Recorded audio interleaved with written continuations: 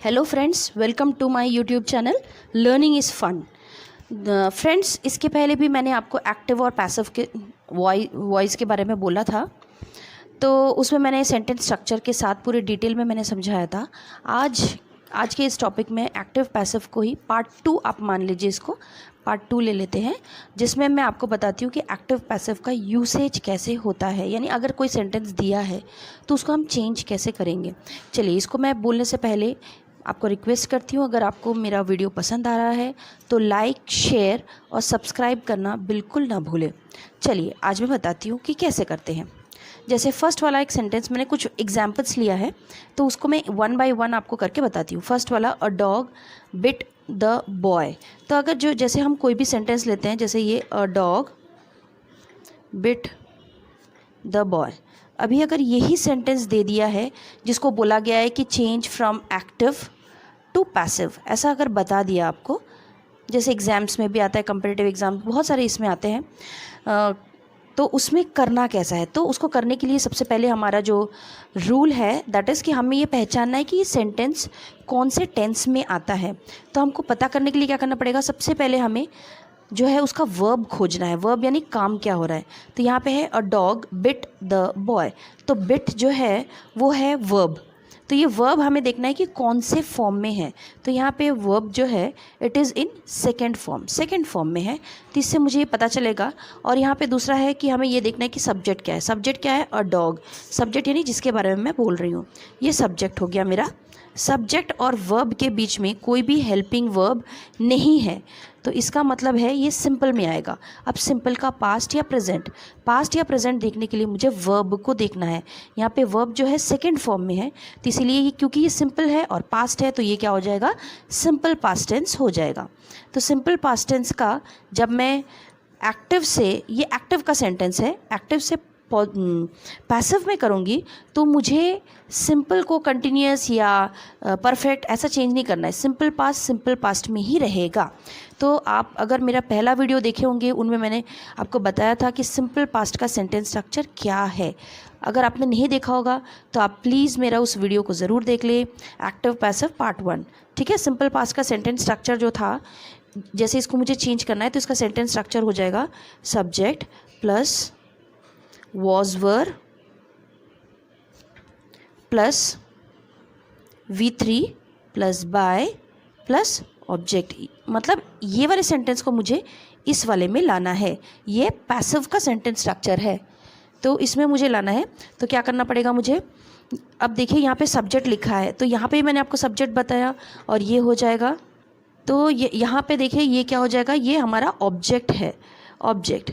तो और उस वाले वीडियो में भी मैंने बताया था कि while we are changing from active to passive, हमें करना क्या है, सब्जेक्ट और ऑब्जेक्ट अपने प्लेस जो है वो इंटरचेंज कर लेंगे।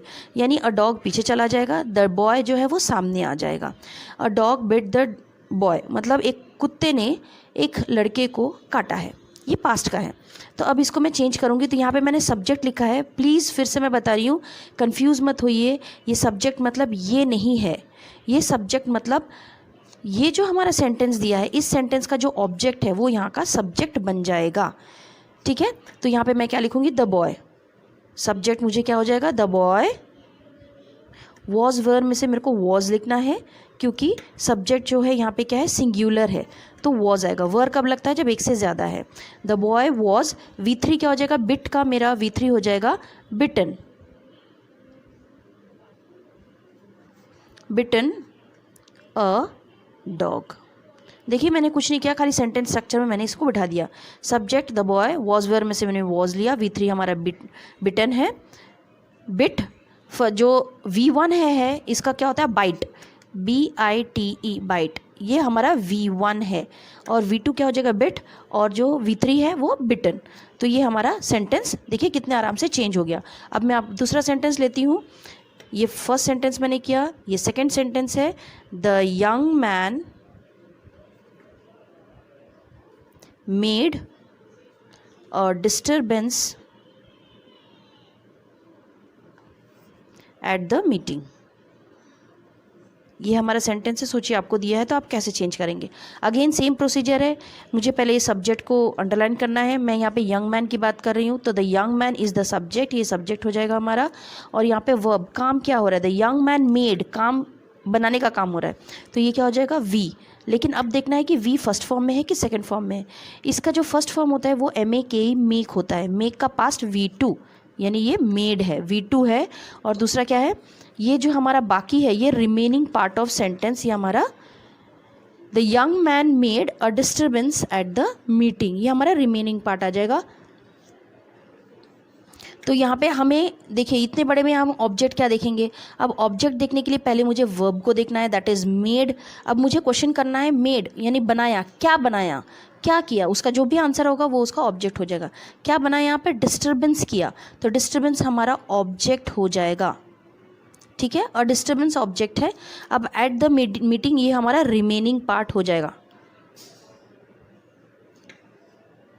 Part of sentence. अब मैं बताऊंगी कि हमें रिमेनिंग पार्ट यानी जो इसमें ज़रूरत नहीं है सेंटेंस स्ट्रक्चर में, उसको हम कहाँ डालें, ठीक है। तो फिर से हम देख लेते हैं, सब्जेक्ट और V2 के बीच में कोई भी हेल्पिंग वर्ब नहीं है, यानी कि ये सिंपल है। और सिंपल का पास्ट है कि प्रेजेंट है जानने के लिए मुझे वर्ब देखना है। वर्ब जो है वो V2 फॉर्म में है, तो ये पास्ट है यानी सिंपल पास्ट टेंस है।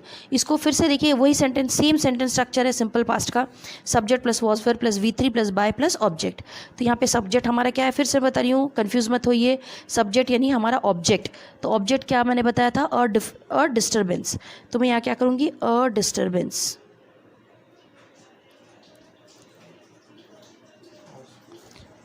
और डिस्टर्बेंस कर दीजिए।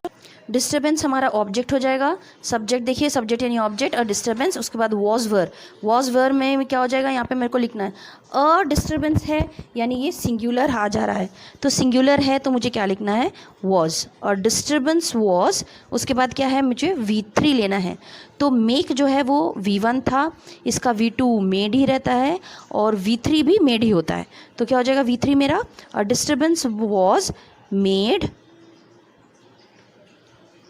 अब क्या हो जाएगा, बाई मुझे लिखना है, बाय, सॉरी इस सेंटेंस में मैंने बाय यहाँ लिखना भूल गई थी, बाय मुझे लिखना था। द डॉग वॉज बिटन, यहाँ पे क्या जाता, by, by a dog. By लिखना ज़रूरी है, यही एक्टिव टू पैसिव सेंटेंस की पहचान है। तो यहाँ पे क्या हो जाएगा, डिस्टर्बेंस वॉज मेड बाय, और उसके बाद क्या हो जाएगा, ऑब्जेक्ट। ऑब्जेक्ट यानी क्या, the young man, the young man. ये हमारा सेंटेंस कंप्लीट हो गया। अब लेकिन आपको अभी लग रहा होगा कि जो रिमेनिंग पार्ट ऑफ सेंटेंस है वो कहाँ गया, तो इसीलिए मैंने बोला था कि बिल्कुल कंफ्यूज मत होइए, पहले पूरे सेंटेंस स्ट्रक्चर में बिठा लीजिए पूरे वर्ड्स को, और जो बच गया है यानी एट द मीटिंग को हम क्या करेंगे, यहाँ पे ज्वाइन करेंगे at the end of the sentence. यहाँ पे क्या करेंगे, यहाँ ज्वाइन कर लेते हैं, बचा क्या था, एट द मीटिंग, यहाँ हम कर लेते हैं एक कॉमा कर लेते हैं, एट द मीटिंग। देखिए हमारा सेंटेंस बन गया, a disturbance was made by the young man at the meeting. ये देखिए कितना आसान है एक्टिव टू पैसिव करना, है ना। अक्सर नहीं तो हमें बहुत घबराहट होती है, तो ये हम करेंगे तो बहुत ईजी बन जाता है। नेक्स्ट थर्ड हम लेते हैं, he is loved by all. अब देखिए यहाँ बाई है, बाई से क्या पता चल रहा है कि ये जो है ये पैसिव सेंटेंस है, यानी मुझे अभी इसको एक्टिव में चेंज करना है। अब एक्टिव में करने के लिए क्या करना पड़ेगा, ये देखिए उसके लिए भी मुझे पहले सब्जेक्ट वर्ब ऑब्जेक्ट को मुझे अंडरलाइन करना है। तो यहाँ पे सब्जेक्ट क्या है, ही है, ईज जो है वो हेल्पिंग वर्ब हो जाएगा, वर्ब जो है वो हमारा V3 फॉर्म में है, और बाई जो है वो पैसिव की पहचान है, और ये ऑल जो है ये है हमारा ऑब्जेक्ट। तो मैंने क्या बोला था, जब एक्टिव टू पैसिव चेंज करते हैं तो सब्जेक्ट और ऑब्जेक्ट बदल जाता है। क्योंकि ये पैसिव में है तो मैं आपको एक्टिव उसका भी बता देती हूँ कि पैसिव में अगर है सेंटेंस तो हम एक्टिव में कैसे करेंगे। तो एक्टिव के लिए भी फिर से मुझे वही देखना है कि ये सेंटेंस किस में आ रहा है। ईज मुझे बता रहा है कि ये प्रेजेंट है, प्रेजेंट है, और ये सिंपल प्रेजेंट टेंस का सेंटेंस है। क्यों, क्योंकि मैंने फिर से बता रही हूँ कि मैंने पहले भी वीडियो डाला है, उस वीडियो को आप देखेंगे तो अच्छे से आपको पता चल जाएगा। तो ये क्या हो जाएगा, ये सिंपल प्रेजेंट टेंस है। तो सिंपल प्रेजेंट टेंस है, तो सिंपल प्रेजेंट टेंस का सेंटेंस स्ट्रक्चर क्या होता है, सब्जेक्ट प्लस उसमें कोई भी हेल्पिंग वर्ब नहीं आता है। जैसे अगर हम पैसिव में हेल्पिंग वर्ब होता है, नॉर्मल सेंटेंस में हेल्पिंग वर्ब नहीं आता है। तो subject plus V1 plus object, ठीक है। तो यहाँ पे हमारा सब्जेक्ट क्या है, ऑल, तो मैं क्या लिखूँगी, ऑल। देखिए फिर से बता रही हूँ, सब्जेक्ट ही था यहाँ पे, लेकिन जब हम एक्टिव टू पैसिव या पैसिव टू एक्टिव दो करेंगे, दोनों में ही सब्जेक्ट और ऑब्जेक्ट अपनी जगह बदल लेगा। तो यहाँ पे क्या आ जाएगा, ऑल, V1 क्या हो जाएगा, लव, लव्ड का V1 क्या हो जाएगा, लव, तो ऑल लव, और सब्जेक्ट क्या है हमारा यहाँ पे, ही यानी हमारा यहाँ का ऑब्जेक्ट, ऑल लव हिम, ही का मेरा हिम हो जाएगा, ऑल लव हिम। ये मेरा सेंटेंस है। पैसिव से एक्टिव में करने के लिए ऐसा करना है। नेक्स्ट हमारा, मैं दूसरा सेंटेंस लेती हूँ, the sea water had damaged some of the cargo. ये मेरा सेंटेंस है। तो कैसे करेंगे, फिर से मैं देख लेती हूँ। देखिए यहाँ पे सब्जेक्ट ऑब्जेक्ट और वर्ब को मुझे ये करना है। तो सब्जेक्ट मेरा क्या हो जाएगा, द सी वाटर, ये हमारा सब्जेक्ट हो जाएगा, और ये डैमेज्ड, सब्जेक्ट यहाँ पे द सी वाटर, उसके बाद वर्ब क्या हो जाएगा हमारा, ये डैमेज्ड। ये कौन से फॉर्म में है, ये V3 फॉर्म में है। क्यों, क्योंकि डैमेज्ड जो है वो V2 में भी आता है, लेकिन पता कैसे चलेगा V3 है, क्योंकि ये हैड को देख के मुझे पता चलेगा कि ये परफेक्ट है। तो ये V3 फॉर्म में है, और ये जो है this is the object of the sentence. तो हम देख लेते हैं ये कौन सा सेंटेंस स्ट्रक्चर है, सब्जेक्ट हैड, और ये V3 और ऑब्जेक्ट, यानी कि ये हमारा हो जाएगा प्रेजेंट परफेक्ट टेंस। तो प्रेजेंट परफेक्ट टेंस का मैं सेंटेंस स्ट्रक्चर लिखती हूँ। पैसिव फॉर्म में क्या आ जाएगा, यह है subject plus had plus been plus V3 plus by and then object. तो यहाँ पे ऑब्जेक्ट क्या, यहाँ पे सब्जेक्ट क्या है मेरा, सब्जेक्ट यानी यहाँ का ऑब्जेक्ट, तो सम ऑफ द कार्गो। तो मैं स्टार्ट किससे करूँगी, सम ऑफ द कार्गो। उसके बाद क्या हो जाएगा, मुझे क्या लिखना है, हैड लिखना है। तो मैं हैड लिख रही हूँ, सॉरी ये हैड है, तो क्या हो जाएगा, ये पास्ट टेंस है। ये क्या हो जाएगा, पास्ट परफेक्ट टेंस, क्योंकि हैड से मुझे पता चलेगा कि ये पास्ट टेंस है।